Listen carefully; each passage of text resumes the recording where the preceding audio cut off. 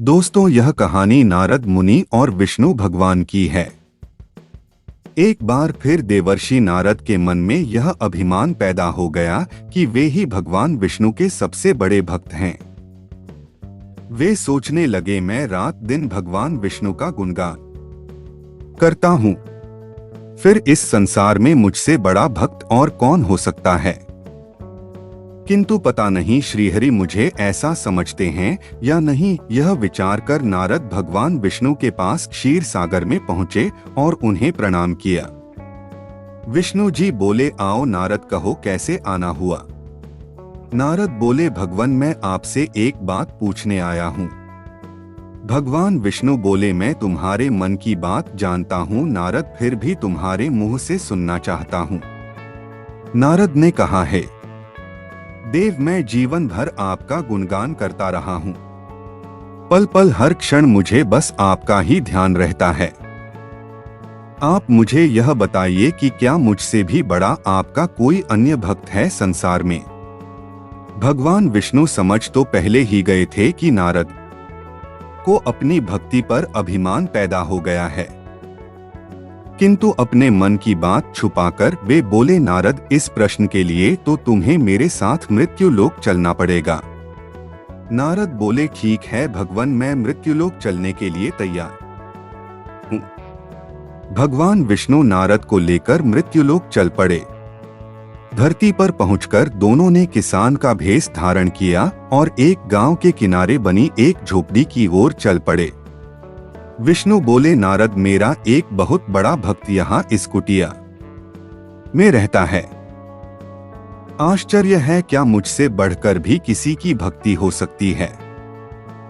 नारद के मुख से निकला, क्या वह भी मेरी तरह आपका ध्यान लगाए रहता है। आओ स्वयं ही जान लोगे, विष्णु ने कहा और उस कुटिया की ओर बढ़ गए। किसान उस समय कुटिया के बाहर अपनी गाय को बांध रहा था। उसके मुख से हरि हरि गोविंद का स्वर निकल रहा था। किसान भेषधारी विष्णु ने उसके निकट जाकर नारायण नारायण कहा तो किसान ने विनीत स्वर में पूछा, आप कहाँ से आए हैं भद्र, मेरे लिए कोई सेवा हो तो निःसंकोच बताइए। किसान वेशधारी भगवान विष्णु ने कहा, हम नगर जा रहे हैं पर अंधेरा घिरने लगा है। वन में जंगली पशुओं का डर है, इसलिए रात भर आश्रय चाहते हैं। किसान ने प्रसन्न भाव से कहा, मेरी कुटिया में आपका स्वागत है भद्र, और जो रूखा सूखा घर में है आपके लिए हाजिर है। भगवान ने मुझे आप लोगों की सेवा करने का अवसर दिया है, बड़ी कृपा हुई उनकी। बाहर दालान में एक खटिया पर दोनों को बिठाकर किसान अंदर गया और अपनी पत्नी से कहा, देवी दो अतिथि आए हैं।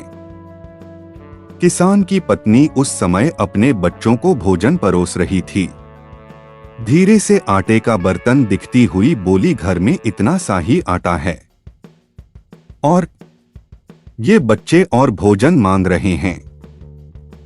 किसान बोला, कोई बात नहीं, हम अतिथियों को भरपेट भोजन कराएंगे। तुम बच्चों को आज कांजी बनाकर पिला देना।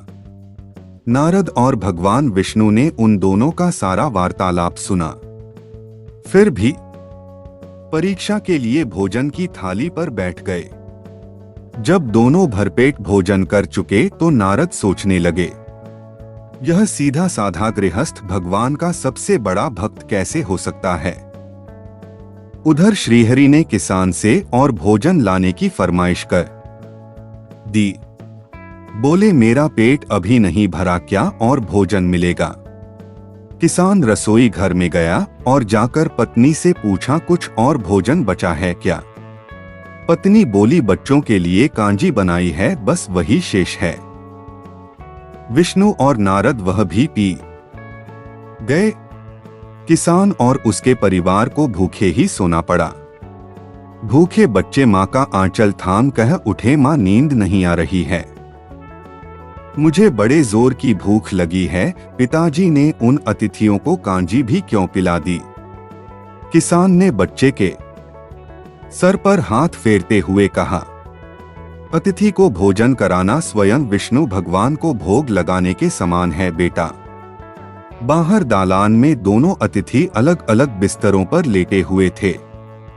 भगवान विष्णु ने कहा, तुमने सुना नारद, किसान और उसके परिवार को भोजन नहीं मिला, फिर भी वह मेरा भजन कर रहे हैं।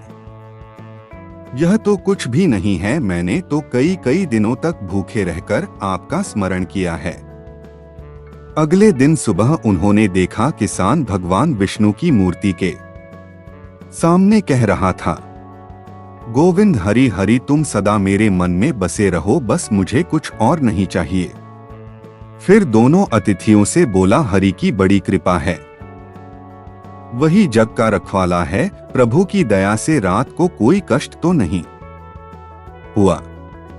जब तक आपका जी चाहे तब तक आप दोनों यहाँ रहे। मैं खेत पर जा रहा हूँ। किसान भेषधारी श्री हरि बोले, हम भी तुम्हारे साथ चलेंगे यदि तुम्हें कोई आपत्ति न हो तो। नारद और विष्णु भगवान किसान के साथ उसके खेत पर गए। किसान बोला, यही है अपना खेत, अब मैं अपना काम करूंगा, गोविंद हरि हरि। नारद बोले, तुम तो सत्पुरुष हो, भगवान के बड़े भक्त हो, हर घड़ी उनका नाम लेते रहते हो।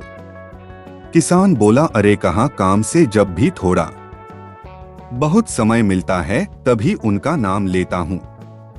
नारद ने पूछा, कब कब मिलता है समय? किसान बोला, सुबह उठता हूँ तब, रात को सोता हूँ तब, और दिन में जब भी काम से समय मिल जाए। ओह समझा, नारद के मुख से निकला।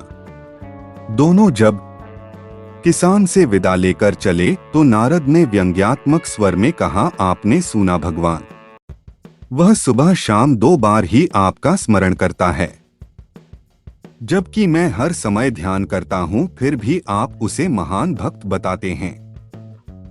नारद की बात सुनकर श्रीहरि चुप रहे, किंतु मन ही मन उन्होंने कहा, कारण भी जान जाओगे नारद। विष्णु ने एक कलश को तेल से लबालब भरकर नारद को दे दिया और बोले, नारद इसे अपने सिर पर रखकर बिना हाथ लगाए सामने वाली पहाड़ी तक ले चलो। ध्यान रहे इस कलश में रखे तेल की एक बूंद भी जमीन पर गिरने न पाए। नारद बोले, यह कार्य सहज तो नहीं है। यह कहकर नारद ने कलश सिर पर रख लिया और पहाड़ी की ओर चल दिए। नारद पहाड़ी तक गए और लौट आए। विष्णु बोले, लौट आए नारद, ठीक है, अब यह बताओ कि इतनी दूर जाने और आने में तुमने कितनी बार मेरा स्मरण किया है? नारद बोले, एक बार भी नहीं भगवान, करता भी कैसे, मेरा सारा ध्यान तो तेल और कलश की तरफ लगा हुआ था। श्रीहरि बोले, तब तुम ही सोचो, वह किसान दिन भर कठिन परिश्रम करता है, फिर भी 2-4 बार मेरा स्मरण जरूर करता है, और तुम एक बार भी मेरा स्मरण नहीं कर पाए। विष्णु की बात सुनकर नारद के अंतर्चक्षु खुल गए। वह श्रीहरि के चरणों में गिरकर बोले, मान गया प्रभु, जो संसार के झंझटों में रहकर भी आपका स्मरण करते हैं, वे ही सबसे बड़े भक्त हैं। दोस्तों, यह कहानी सुनकर हमें यह सीख मिलती है कि कभी अभिमान अथवा घमंड नहीं करनी चाहिए। यह कहानी कैसी लगी कमेंट में बताएं और ऐसी कहानी सुनने के लिए हमारे चैनल को सब्सक्राइब कीजिए। धन्यवाद।